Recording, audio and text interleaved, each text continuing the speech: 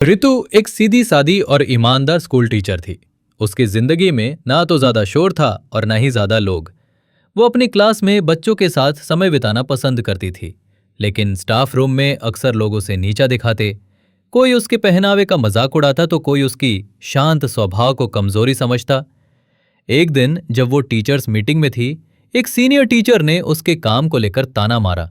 लिट्टू, तुम्हारी क्लास की कॉपीज तो देखकर लग रहा है जैसे किसी प्राइमरी बच्ची ने चेक की हो। पूरे स्टाफ रूम में हंसी छूट गई।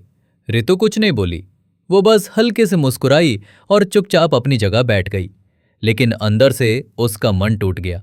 वो सोच रही थी, मैंने क्या गलती की है? क्यों बार बार लोग मेरे साथ ऐसा करते हैं?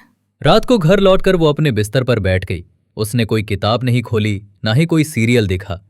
उसने अपने मोबाइल पर एक वीडियो खोला, BK शिवानी दीदी का। उस दिन का टॉपिक था, जब लोग आपको दुख दें तो उसका उत्तर क्रोध नहीं, करुणा है। BK दीदी कह रही थीं, जब कोई आपके साथ बुरा व्यवहार करता है तो याद रखिए वो खुद अंदर से दुखी है। एक शांत आत्मा दूसरों को तकलीफ नहीं देती। रितु की आंखों से आंसू बहने लगे। पहली बार उसने किसी और को दोष देने के बजाय मन को समझने का प्रयास किया। अगले दिन स्कूल में वही माहौल था, वही हंसी मजाक, वही नीचा दिखाना। इस बार एक और सहकर्मी ने उसे कहा, तुम हर बार बच्चों के पीछे पीछे क्यों भागती हो? इतना भोला बनना जरूरी नहीं है। रितु ने शांत स्वर में कहा, शायद आपको कोई परेशानी हो। अगर मेरी कोई मदद से आपको सुकून मिले तो बताइए। वो महिला चौंक गई। उसका चेहरा लाल पड़ गया और धीरे से बोली, माफ करना रितु, मैं खुद बहुत तनाव में थी और तुम्हारे साथ गलत बोल गई। वो पहली बार था जब रितु को एहसास हुआ, लोगों का व्यवहार हमेशा मुझसे जुड़ा नहीं होता। कई बार वो खुद के दर्द को जाहिर कर रहे होते हैं।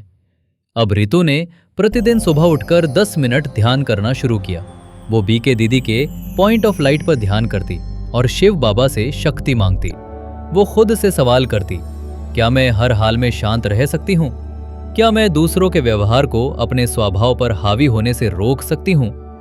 उसका जवाब था हाँ, करुणा के साथ। उसने महसूस किया कि उसके जीवन में लोग बदल नहीं रहे थे, लेकिन उसकी दृष्टि बदल रही थी। अब जब कोई उसे बुरा बोलता तो वो पलट कर जवाब नहीं देती। वो मुस्कुराकर ओम शांति कहती और अपने कर्म में लगी रहती। धीरे धीरे स्कूल में लोग उसके इस व्यवहार से प्रभावित होने लगे। एक दिन एक छात्रा ने उसके पास आकर कहा, मैम, बाकी सब गुस्सा करते हैं, आप बस मुस्कुराते हो। आपको कभी दुख नहीं होता क्या? रितु ने उसे धीरे से जवाब दिया, होता है बेटा, लेकिन मैं दुख को शिव बाबा को दे देती हूँ और बदले में मुझे शक्ति मिलती है चुप रहने की, मुस्कुराने की। वो समझ गई थी, लोग जो करते हैं वो उनके संस्कार हैं, मैं जो करती हूँ वो मेरी आत्मा की शक्ति है। एक दिन उसी स्कूल में एक बड़ी मीटिंग थी, जहां बाहर से आए गेस्ट्स ने जब छात्रों से पूछा, कौन सी टीचर आपको सबसे ज्यादा प्रेरणा देती हैं? रितु तो मैम। ज्यादातर बच्चों ने एक ही नाम लिया, रितु मैम। अंतिम संदेश, हर आत्मा दुखी है, करुणा की दृष्टि अपनाइए। जब कोई आपके साथ गलत व्यवहार करे तो याद रखिए वो खुद अंदर से टूटा हुआ है। जवाब मत दीजिए, करुणा दीजिए। ओम शांति का अर्थ है, मैं आत्मा हूं, शांत स्वरूप हूं। जब ये बोध भीतर होता है तब ही बाहरी व्यवहार हमें नहीं हिला सकता। शिव बाबा हमें हर दिन शक्ति दे रहे हैं, बस हमें जोड़ने की जरूरत है।